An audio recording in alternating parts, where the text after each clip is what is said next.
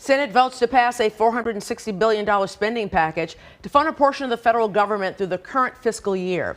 The bills fund programs across 6 government areas. They'll now go to President Biden to be signed into law. The news comes just hours ahead of the funding deadline, averting a partial government shutdown set to go into effect at midnight. So joining us now with his insight on the past week is the host of the WGN Political Report, Paul Lisnek. Hi guys, thanks for coming in. Let's start with the Bring Chicago Home, which wasn't going to be on the well, it was going to be on the ballot, but the ballot wasn't going to be counted. But now it's going to be counted. And Illinois Appeals Court said, "Let's go." And what the Illinois Appeals Court did, Michael, was not to say the referendum is appropriate or anything. They said jurisdiction, that the courts don't have a right to deal with it. It's a bit strange because courts are a check on the legislature, but that's the position they took. The question is, in the coming days, will the folks who want that referendum off the ballot, will they bring it to the Illinois Supreme Court? That's the last step. Tell folks exactly what it is and how it's going to affect residents. The referendum itself? Yes. So there's 3 parts to it. That's part of the gripe that folks had, real estate people had, which was part 1 says, well, if your home sells for less than $1 million, you get a reduction in taxes. That sounds good. But part 2 and 3 is, well, if your house sells for $1 million, you pay more. And if it's over $1.5 million, you pay more. And the allegation was, and there is some law in this in Illinois that says you can't in one referendum sort of bait people in with one piece, which is how about some lower taxes, and then follow it with and higher taxes, because people may not even read down that far. That was sort of the challenge to it, among other things. And the criticism. And exactly. And so right now, as I said, the appellate court stepped in and said, no, we don't have the jurisdiction to do that. Courts can't get involved. We'll see whether or not it's challenged to the next level. Let's see if that leads to confusion on Election Day. Staying local here, a lot of consternation on Chicago's school board makeup. The Illinois Senate voted to leave it half appointed and half elected here, and so much tension in Springfield because a lot of people wanted it to be a fully elected position. And there was a switch in that, Ray, because originally the president of the Senate, Don Harmon, just a session ago, was going to say, yes, everybody needs to be elected. And then Mayor Johnson sent the word to them, which is, no, I don't want that. I want it to be half and half. And so what's going to happen is the area is divided into 10 districts, and this is what they passed, 10 districts. And so we will elect 10 representatives this year, and the other 10 will be appointed by Mayor Johnson. And then the president of the board will be appointed by Mayor Johnson. And then in 2 years, they will take those 10 districts, divide them into 20, and then all will be elected. The challenge to that right now are people saying you're holding off democracy. There's no reason to do this. This is giving undue influence to CTU and other entities. That's the challenge. But it's a done deal. Pritzker appears he's going to sign it. They feel it's about the representation. Exactly right. Exactly right. So, but if Pritzker signs it, it's the law. State of the Union address last night by President Biden. A lot of folks saying he was really energetic, but there was some criticism. For instance, he called migrants illegal. Yes, and even Jesus Chuy Garcia, congressman from here, issued a statement that included he wasn't happy about that and others weren't. I think the reason he did it was because Marjorie Taylor Greene was yelling a phrase out. He kind of repeated it back to her. She's the one that used illegal. That doesn't justify what he did, but it explains what he did.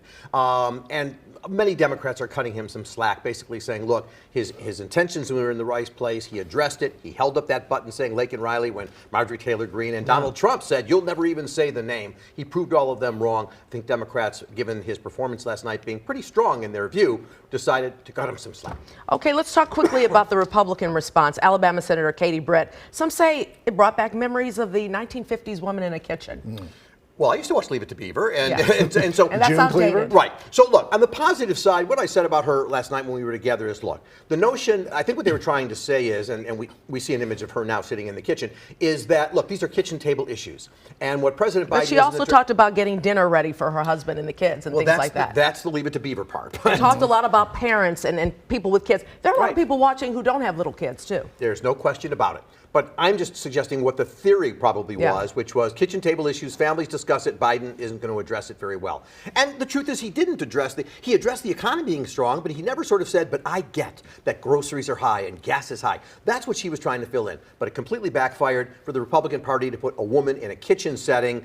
It just doesn't, look very good. And in addition, her performance, and we talked last night, it was so performative that, and I don't mean this whatever, but I absolutely do think the opening of SNL tomorrow will be to mock that scene. So we'll see whether I'm right or wrong about that. But I think that I just think that the SNL is going to have fun time with it. A couple of nights away. We'll see what they do. Let's stay in Washington on the budget. The Senate Late breaking news, averts a government shutdown, but that $459 billion only covers the agriculture, the Department of Commerce, energy, Transportation. EPA. It covers 6 areas, Ray. There's another 6 to go. That's where it really is going to get tricky, right? Exactly. So March 22nd is the next deadline. I mean, I think they get this half they've kind of covered through September. I have a feeling they will do the same kind of thing. It's taking them to into that period of time, getting closer to the election. But everything they do is at the 11th hour, and this is no different.